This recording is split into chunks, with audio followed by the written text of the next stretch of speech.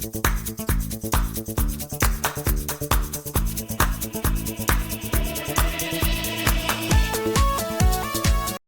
Hello friends, நான் உங்க SKA பேசுகிறேன். இஸ்ரேலில் மீண்டும் போர் தொடங்க போகுது. உங்களுக்கே தெரியும், இரவோடு இரவாக நடந்த ஹெஸ்பல்லா பயங்கரவாதி நசரல்லா அடக்கம் நடந்து முடிந்தது. இந்த கூட்டம் இந்த அடக்கத்தை எப்படி செய்வாங்க அப்படின்னு நாம நினைச்சோமோ அப்படியே தான் நடந்து முடிந்திருக்கு இந்த அடக்கம். ஆனால் நசரல்லா அடக்கத்தின் உச்சகட்ட நேரம், பல ஆயிரக்கணக்கான மக்கள் அடக்க ஊர்வலத்தில் இஸ்ரேல் ஒழிக, இஸ்ரேலியர்களுக்கு சாவு என்ற கூச்சலிட்டு கொண்டிருந்த நேரத்தில் அதில் பாதி பேர் தீவிரவாதிகள், அது வேற விஷயம். ஆனா அப்படிப்பட்ட ஒரு நேரத்தில் இஸ்ரேலின் மிக சக்தி வாய்ந்த போர் விமானங்கள் அடக்கம் நடந்த திடலில் மேலே பறந்து மொத்த கூட்டத்தையும் பயத்தில் ஆழ்த்தி மொத்த தீவிரவாத கூட்டத்தையுமே மிரட்டி இருக்கு. அவனுங்க பார்க்காத போர் விமானமா? அது ஒரு பக்கம் இருக்கு. ஆனா இது என்ன பெரிய சாகசமானு உங்களில் ஒரு சில பேர் கேட்பீங்க. ஒரு விஷயம் தெரியுமா?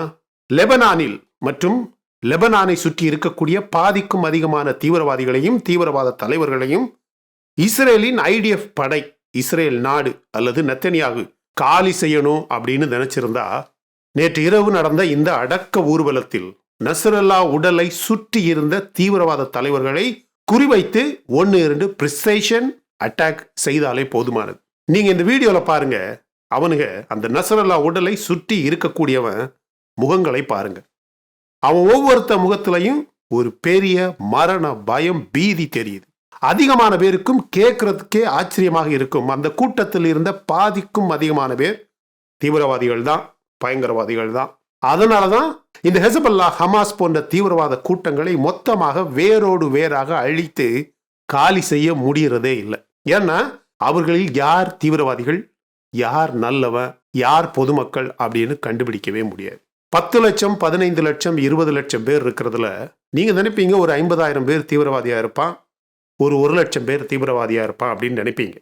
நீங்க 50,000 பேரை கொன்னீங்கன்னா அந்த 10 லட்சம் பேர்ல மீதி இருக்கிற 50,000 பேர் முன்னாடி வருவானுங்க. அதுதான் வித்தியாசம், வேற ஒண்ணுமே கிடையாது. மொத்த இனத்தையே அழித்தால் மட்டும்தான் தீவிரவாதம் முடியுமே தவிர, இந்த இனத்திலிருந்து இவ்வளவு பேர் தான் தீவிரவாதி அப்படின்னு நீங்க பிக்கப் பண்ணவே முடியாது. அதிகமான பேரும் இஸ்ரேல் செய்தி பேசுங்க, இஸ்ரேல் செய்தி பேசுங்கன்னு சொல்லிக்கிட்டே இருக்கீங்க, கேட்டுக்கிட்டே இருக்கீங்க. ஆனா அங்க என்ன நடக்குது?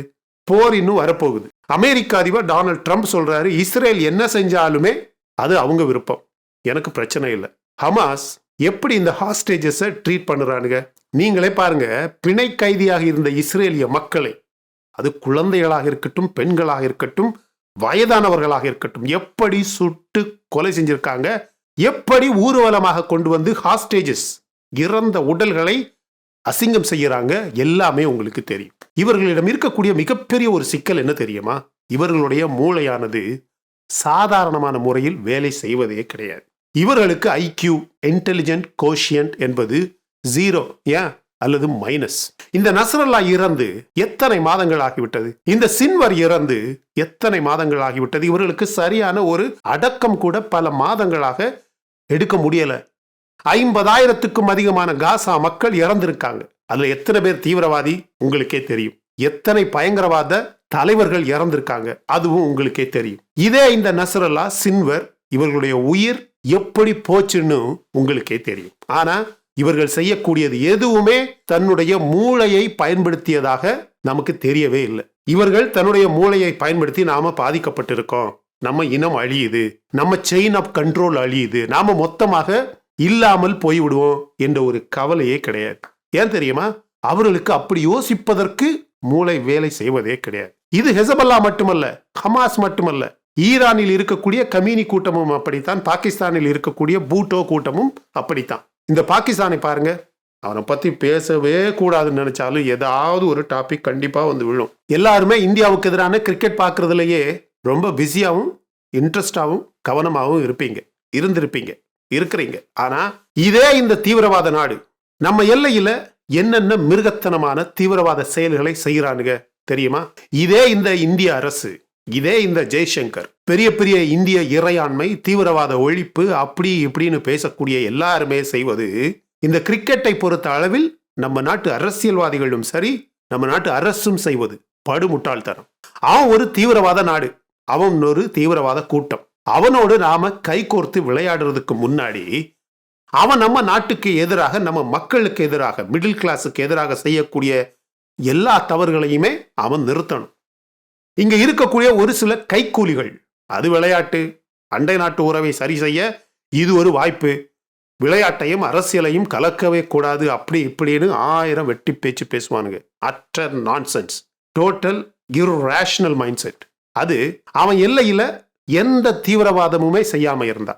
இந்த மேட்ச் தொடங்குவதற்கு முந்தின வாரம் கூட நம்ம இந்திய எல்லையில, இந்தியாவின் பூஞ்ச் மாகாணத்தில் காஷ்மீரில் திடீரென எல்லை கடந்து வந்து தீவிரவாதிகள் சரமாரியாக இந்திய கிராம மக்களை, மிடில் கிளாஸ் மக்களை சுட்டுக் கொல்ல ஆரம்பித்தார்கள். இந்த கிரிக்கெட் மேட்ச் தொடங்குறதுக்கு ஒரே ஒரு வாரத்துக்கு முன்னாடி. ஆனா அந்த தீவிரவாத நாட்டின் இன்னொரு கூட்டத்தோடு கைகோர்த்து விளையாட்டு மைதானத்தில் விளையாட்டு.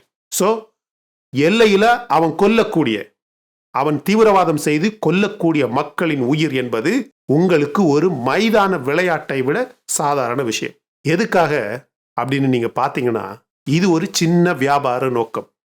இந்தியாவின் BCCI என்பது இந்திய GDPயில் ஒரு ஃபிராக்ஷன் கூட மதிப்பில்லாத ஒரு ஆர்கனைசேஷன். அப்படிப்பட்ட ஒரு அமைப்புக்காக, அப்படிப்பட்ட ஒரு அமைப்பின் வியாபார நோக்கத்திற்காக, அப்படிப்பட்ட அமைப்பில் இருக்கக்கூடிய ஒரு சில தலைவர்களின் சுயநலத்திற்காக நம்ம நாட்டின் இறையாண்மையை விட்டு கொடுப்பது என்பது மொத்தமான அசிங்கம். ஆனா இதனால் பாதிக்கப்படுவது எல்லையில் இருக்கக்கூடிய இந்தியாவின் மிடில் கிளாஸ். இதுதான் உண்மை. இந்த இந்தியா மீது பாகிஸ்தான் செய்யக்கூடிய தீவிரவாத தாக்குதல்களில் இதுவரைக்கும் ஒரு ஷாருக் கான் இறந்திருக்கானா, ஒரு சல்மான் கான் மாதிரி ஒரு செலிபிரிட்டி செத்துருக்கானா, அம்பானி அல்லது அதானி மாதிரி ஒரு பெரிய பணக்காரன் செத்துருக்கானா, ஒரு அரசியல்வாதி, ஒரு டிப்ளமேட்? சாகிறது எல்லாமே poor, middle class and soldiers, உண்மையான வரி பணம் கட்டக்கூடிய பொதுமக்கள். இந்த தீவிரவாத பாகிஸ்தானோடு எந்த சவகாசமும் கிடையாது. பாகிஸ்தானை தொட்டால் தீட்டு. அவன் தீவிரவாதம் செய்யும் வரைக்கும் அவன் அசிங்கம், அவன் தீண்டாமையின் கீழ் இருக்க வேண்டியவன். எனவே அவனோடு எதுவுமே கிடையாது என்ற சித்தாந்தத்தில் உடும்பு பிடியாக ஏன் இந்தியா இருக்க முடியாது சொல்லுங்க? பன்னியோடு மேய்ந்தால் பசு கூட எதையோ செய்யும்னு நம்ம தமிழ் பழமொழி ஒன்று இருக்கு. அதுதான் பாகிஸ்தானோடு இந்தியா கைகோர்ப்பது என்பது. இதே இந்த ஜெய்சங்கர் ஐரோப்பிய நாடுகள், மேற்கத்திய நாடுகள் அப்படின்னு 1000 விஷயங்கள் பேசுவார். ஆனா இப்படிப்பட்ட விஷயங்களில் கோட்டை விடுவது இந்திய அரசுக்கே அசிங்கம். இதை விட பெரிய தோல்வி நம்ம பிரதமர் ஐயா மோடி அவர்களுக்கு இருந்து விடவே முடியாது. பொதுவாகவே இந்த தீவிரவாத பாகிஸ்தானிய நாடு அல்லது அரசு என்னதான் செய்தாலும், அது எப்படித்தான் தீவிரவாதம் செய்து நம்ம பொதுமக்களை, நம்ம சோல்ஜர்ஸ் எல்லாரையுமே கொன்று குவித்தாலும், இந்த வட இந்திய ஆட்சியாளர்களுக்கு எப்போதுமே பாகிஸ்தான் மீது ஏதோ ஒரு சாஃப்ட் கார்னர் இருப்பது போன்ற உண்மையை அடிக்கடி நிரூபிக்கிறார்கள். அது ஒரு தீவிரவாத நாடு. நீங்க பாருங்க, நேற்று இரவு 32 தமிழர்களை ஸ்ரீலங்கா கப்பற்படை அரெஸ்ட் பண்ணியிருக்காங்க. 5 படகுகளை வலுக்கட்டாயமாக பிடிச்சு ஸ்ரீலங்கா நாட்டுக்குள்ள கொண்டு போய் அந்த மக்களை டிடென்ஷன் கேம்ப்ல இந்த தமிழர்களை போடுறாங்க. நேற்று இரவு நடந்த விஷயம் இது. 1000 வழிகளில் இதே இந்த ஸ்ரீலங்கா இந்தியாவை நம்பி இருக்கு. ஆனா இதே இந்த இந்திய அரசுக்கு தமிழக மீனவர்கள் என்று வரும்போது நெகோசியேஷன் டேபிள்ல ஒரு சீட் கிடையாது, மதிப்பு கிடையாது.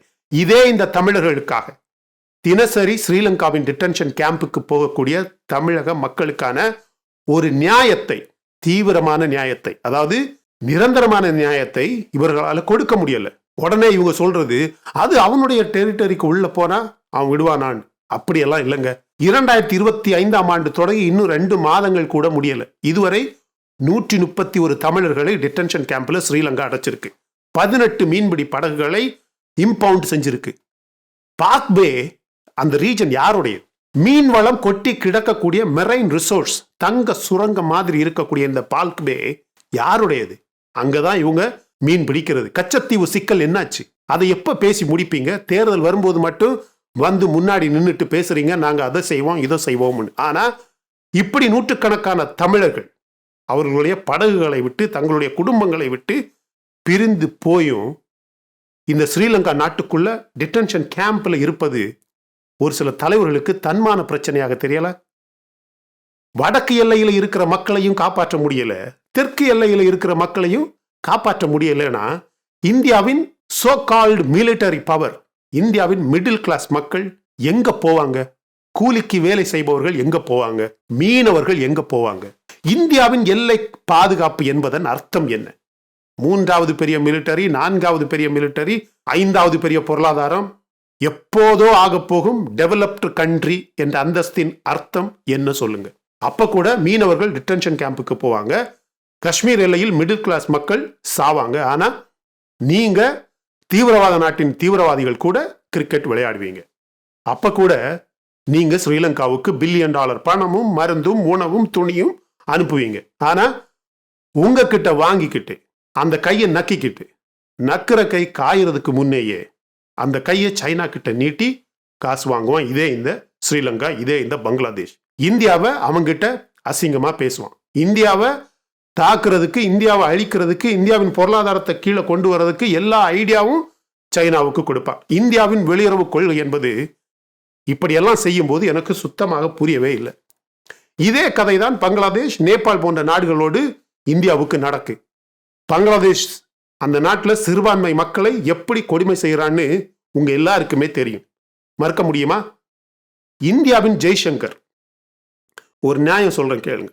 அல்லது அரசு மேற்கத்திய நாடுகளுக்கு எதிராக, ஐரோப்பிய நாடுகளுக்கு எதிராக எடுக்கக்கூடிய நிலைப்பாட்டில் 10% கூட பாகிஸ்தான் போன்ற தீவிரவாத நாட்டுக்கு எதிராகவோ, ஸ்ரீலங்கா, பங்களாதேஷ் போன்ற துரோகிகளுக்கு எதிராகவோ எடுக்கிறதே கிடையாது. இதுதான் உண்மை. யாருமே இதை நிராகரிக்க முடியாது. வாய்ப்பு கிடைக்கும் போதெல்லாம் சாஃப்ட் கார்னர், தர்ம பிரபு. ஆனா சாகுற மக்கள் சாகுறாங்க, கைதாகி டிடென்ஷன் கேம்புக்கு போற மக்கள் தமிழர்கள் போய்கிட்டே இருக்காங்க. அப்படியானால் இந்த நாட்டில் மிடில் கிளாஸ் தேவையே இல்லையா? ஈரானில் கைது செய்யப்பட்டாலும் ஒண்ணுமே பண்ண முடியல, கத்தாரில், பஹ்ரைனில் கைது செய்யப்பட்டாலும் ஒண்ணுமே பண்ண முடியல. மாத கணக்காக கத்தார் ஜெயிலில் மீனவர்கள் இருக்காங்க தெரியுமா? ஈரான் ஜெயிலில் இருக்கிறாங்க. அப்ப developed nation without middle class, அப்படியா? ஸோ இதெல்லாம் மிடில் கிளாஸை டெவலப் பண்றதுக்கு பதிலா மிடில் கிளாஸை, அந்த மக்களை ஒழிச்சு கட்டுற திட்டம் அப்படின்னு எடுத்துக்கொள்ளலாமா? சொல்லுங்க. நான் சொல்றேன், உங்கள ஒரு சில அரசியல் பக்தர்கள், டிவோட்டீஸ் இருப்பீங்க. உங்களுக்கு இந்த வீடியோ கண்டிப்பாக பிடிக்காது. ஏன்னா உங்களுக்கு நான் சொன்ன இந்த எந்த சிக்கலுமே கிடையவே கிடையாது. உங்களுக்கு அது நடக்கிறதே இல்லை. 12 lakhs டாக்ஸ் பிரேக் உங்களுக்கு போதுமானது. இல்லைன்னா அதையும் தாண்டிய பணக்காரர்கள் நீங்க. எனவே இது ஒரு அரசு சம்பந்தப்பட்ட விஷயமாக நான் பார்க்கல. நான் அதை அப்படி ஆக்க விரும்பல. ஆனா இந்தியாவின் மொத்த இந்திய அரசின், அது எந்த கட்சியாக இருந்தாலும், எந்த அரசாக இருந்தாலும், நம்மளுடைய அடிப்படை எண்ணம் மாறணும். மிடில் கிளாஸ் மக்கள் மீதான ஒரு ஸ்பெஷல் எம்பத்தி வரணும். இல்லைனா there is no point in development. I'm keeping it real and I'm keeping it natural, friends. இதுல அரசியல் பார்க்காதீங்க. இது என்னுடைய மனம் உணர்ந்த பேச்சு. ப்ளீஸ். நான் இப்ப உங்ககிட்ட கேட்கிறது, இந்திய அரசின் இந்த வெளிநாட்டு கொள்கை சரியானதா? அது எந்த அரசாக இருந்தாலும் இது காலம் காலமாக நடக்குது. அது எந்த அரசுன்னு நீங்க பார்க்காதீங்கன்னு சொல்றேன்.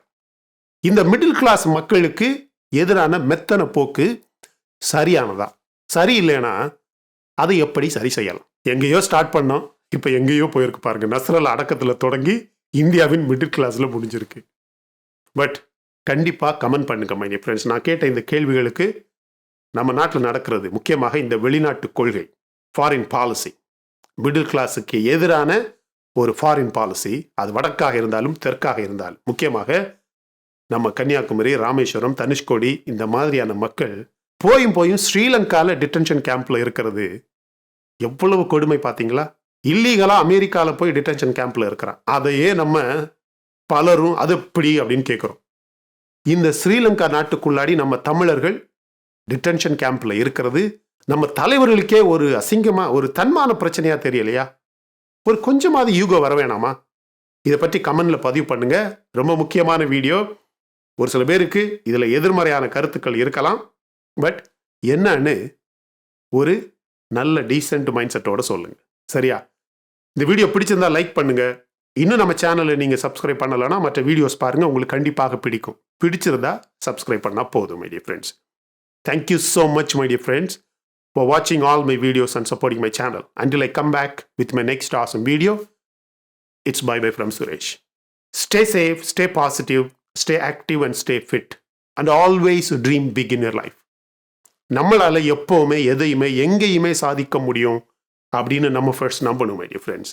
And as I always say, please take care of your parents at your home. உங்கள் அப்பா அம்மாவை உங்கள் வீட்டிலேயே வச்சு நல்ல சந்தோஷமாக பத்திரமா பாதுகாப்பாக பார்த்துக்குங்க my dear friends, because it's very very very very important. Thank you.